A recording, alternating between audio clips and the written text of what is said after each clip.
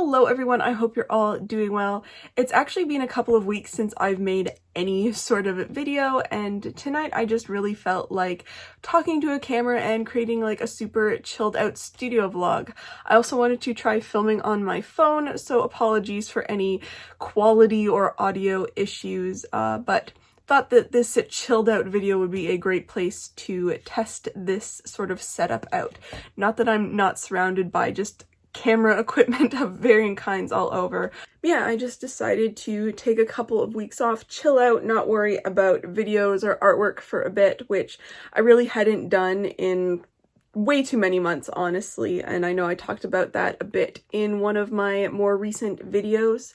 So yeah, that was good. Honestly, I pretty much just binge watched TV shows the whole time, so didn't really get up to anything exciting there creativity-wise, but this week I actually pulled off a painting, which I can't remember the last time that I actually created like a fine piece of artwork.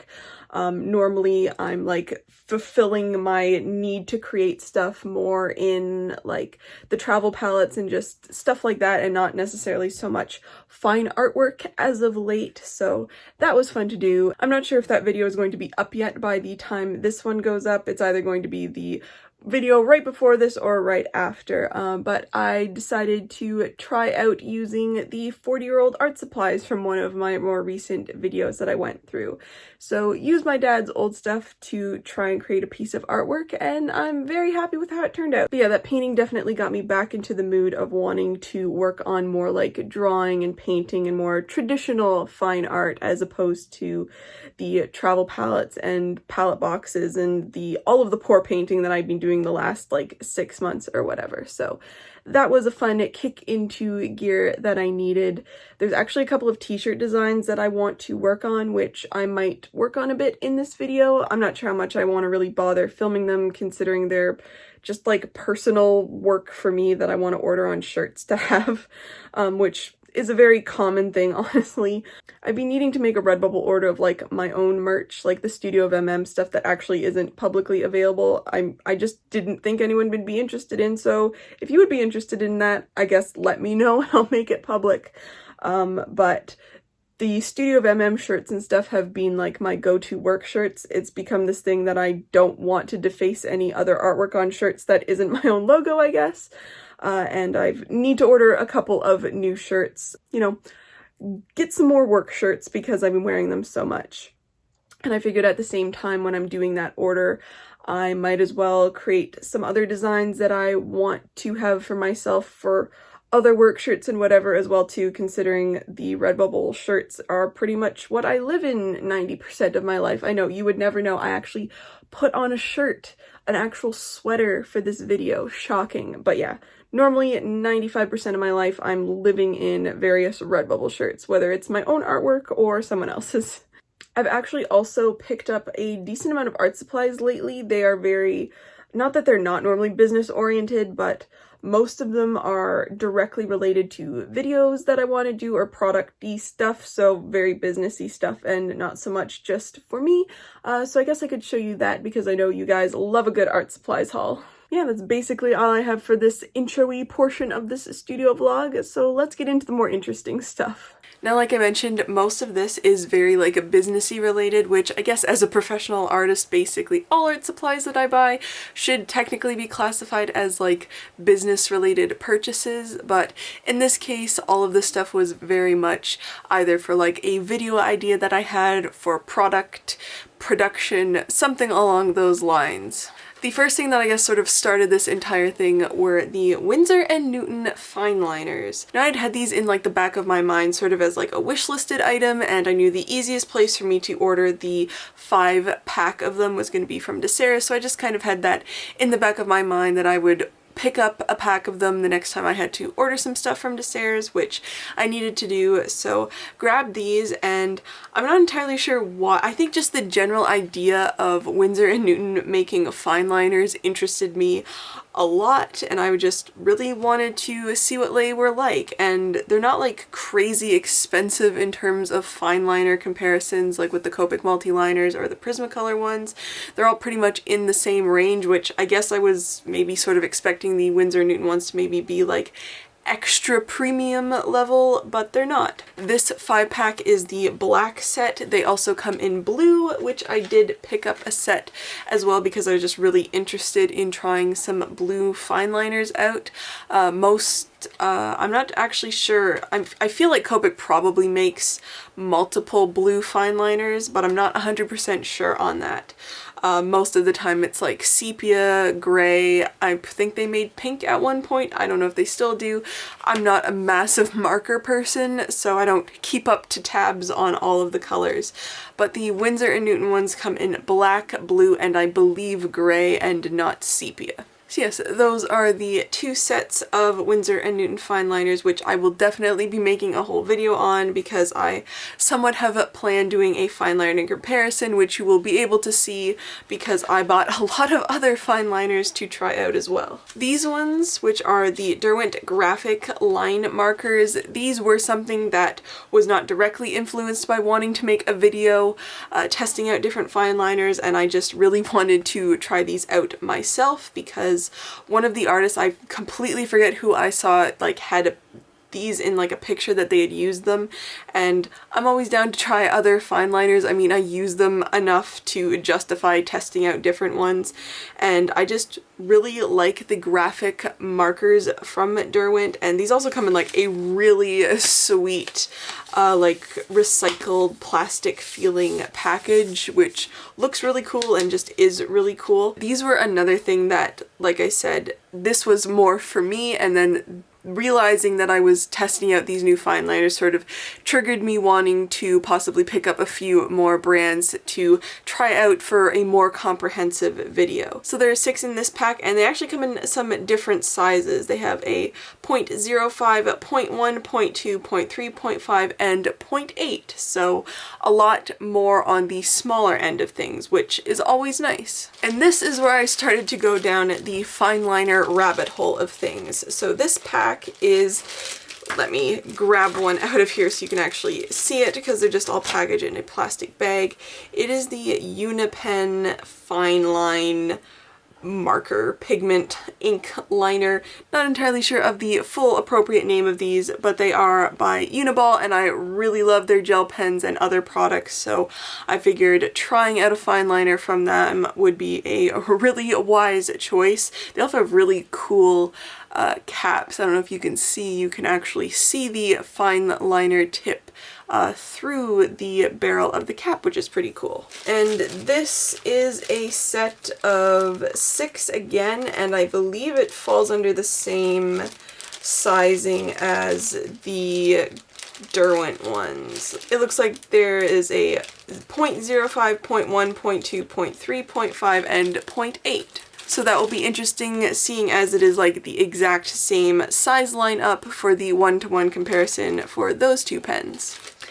And then, of course, when I was looking up other fine liners, I found these Tombow ones, which I love Tombow products, so thought I would add those to the lineup to test out as well. I'm not sure if they come in more sizes than this. This was just the set that I saw first, and this is a set of 3 in 1, 3, and 5. I'm not sure if that is in millimeters or their own size charts.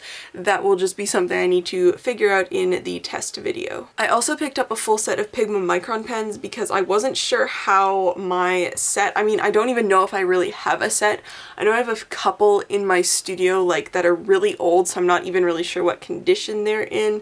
And I saw this entire set, and again, I use fine liners a lot, so I don't mind having a lot of them around the studio, and I do know a lot of people like these, and they are generally considered quite a good fine liner, so didn't mind picking up an entire set of these. Which is nice because it also has a brush pen and like a thicker graphic marker type pen, which I actually use brush pen fine liner, like the Prismacolor one I use all of the time to like write stuff in my like planner and things, so always love a good brush version of the fine liners. Something else that was very much video and project related was this graphite powder. Now you will see exactly what this is for in like a week, I think, very soon in a video. And this is surprisingly hard stuff to get in Canada. I do not know what it is, but I've been trying to get graphite powder for like a year now for a very particular reason, which some of you might can guess what it is, because there is a very particular technique, shall we say, that graphite powder is somewhat becoming famous for. But for the life of me, until like a couple of weeks ago, I could not find a single place that sold this and or would ship it to Canada. So miraculously, I don't even know why I came across this. I might have just looked it up again to see if anything had changed, since it had been a while since I'd checked it out. But somehow there was an Amazon listing that would import it here, and so I jumped on it. So not entirely sure of the quality of this particular graphite powder, but it is more the product itself and not necessarily the branding that matters in my particular case for what I want this for. So I haven't used this for its particular reason yet, but I will be doing that probably within the next like couple of days. So really excited to finally test this out, since it was such like a coveted product for me to actually be able to get. Now this was another thing that was pretty much completely business product related, and it is this acrylic paint set. Now there's a few things that I want to test out using some more heavy body acrylic paint in terms of product wise and just really experimenting with it, and so I wanted to just get a nice large comprehensive set so that it would just, you know, generally save me time, and I would have like a standardized possible go-to thing for what I want to try out with. So picked up this set. It is 48 pieces. So lots and lots of colors for me to play around with. They are in this like tube form, and yeah, lots of really awesome colors. Each tube is 36 milliliters, so really decent size that I'm sure, you know, is gonna last me quite a while for what I want to use this stuff for. And for what I really want to use this for trying out, it really wasn't going to matter the quality too much. Like, it did not need to be like really fancy professional paints. So this set I'm sure is going to work out very well. Also along the lines of the acrylic paint vein of things, I picked up some of these. They're technically called silicone wedges, but they're basically like these spatulas that are made of silicone, and honestly, Instagram sold me on these. I've seen so many artists using them instead of like a palette knife for doing this really cool abstract kind of acrylic art, and I think it looks really awesome. I don't know if I'm gonna do like a video trying that particular style out or test it out on some palettes or something, but I did want to pick up a few of these to be able to try out that technique. So this one is like the most standard silicone wedge, basically, you know, two flat edges. This gray one has more of that angled, shorter two sides here, but also pretty, you know, I didn't get any ones that were like the crazy, like you can get really cool, like textured, like zigzaggy ones that you can, when you run it through the paint, it makes this like really cool texture. Not what I was really looking for, at least right now. So all the ones that I got are pretty flat. Also picked up like the small version of like just a flat edge, which is actually a pretty stiff compared to like these two are very flexible. And when I was looking up different silicone wedges, these randomly popped up as like a related product, and I think these are just called like silicone spreaders. I'm not entirely sure what the intended use for these is, but they were pretty cheap, and it's like this multi-pack of like different kinds of tips, and I just thought if I was doing anything smaller, like more palette, like travel lid scale, like, you know, something not very large, having like a spatula or like some silicone type of thing, because obviously like this is quite large and probably way larger than would possibly be appropriate for something that's not too large of a scale, and I thought that these silicone brush things things might come in handy for that instead. And I also just thought that, you know, something like this is possibly very handy in prop building, so something I did not mind having a larger quantity of in my collection. So yeah, even if these don't work out for the sort of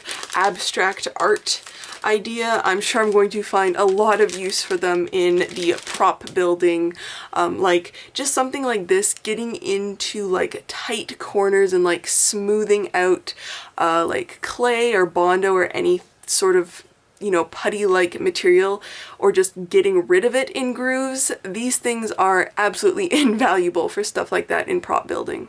And the last two things are actually for me. They didn't have any like ulterior motive or, you know, video purpose. The first thing is this Van Gogh paint. It is Naples Yellow Red, and I saw someone's video on like good skin tone watercolor colors, I guess, and a lot of people kept on talking about this particular color, and I figured I would try it out. Van Gogh paints are like $5 on Desserts, so not a crazy amount of money, and I was just very intrigued by this color. I don't really have anything like it in my current watercolor palette, so I figured I would pick this particular paint up and give it a go.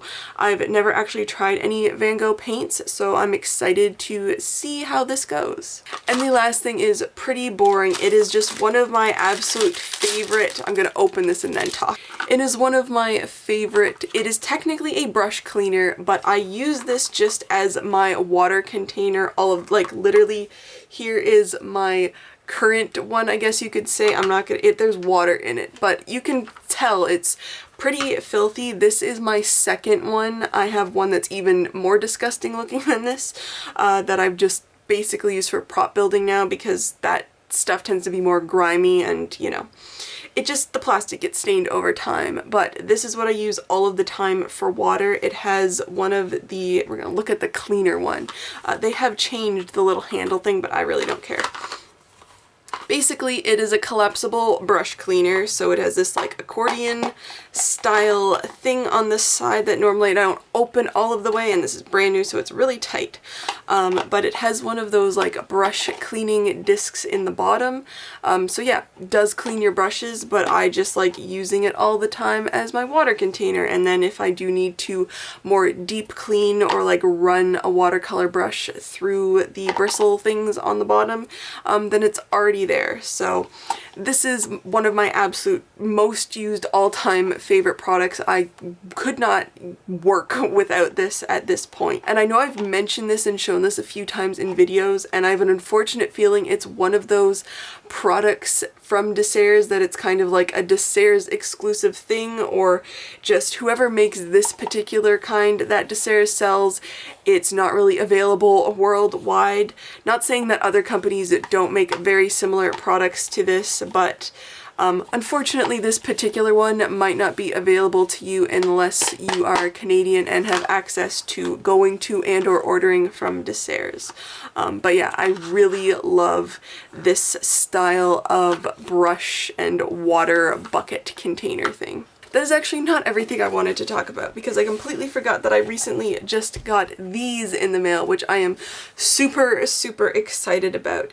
Now, these are obviously two Star Wars art books that I bought secondhand on A-Books. They are technically used, but they are in excellent condition, and I'm just really, really excited because, you know, these books are 20 plus, technically 20 and a little under 20 years old now, so there's like no way to basically get them now. It's just, you know, they've been out of print for, I'm assuming, quite a while.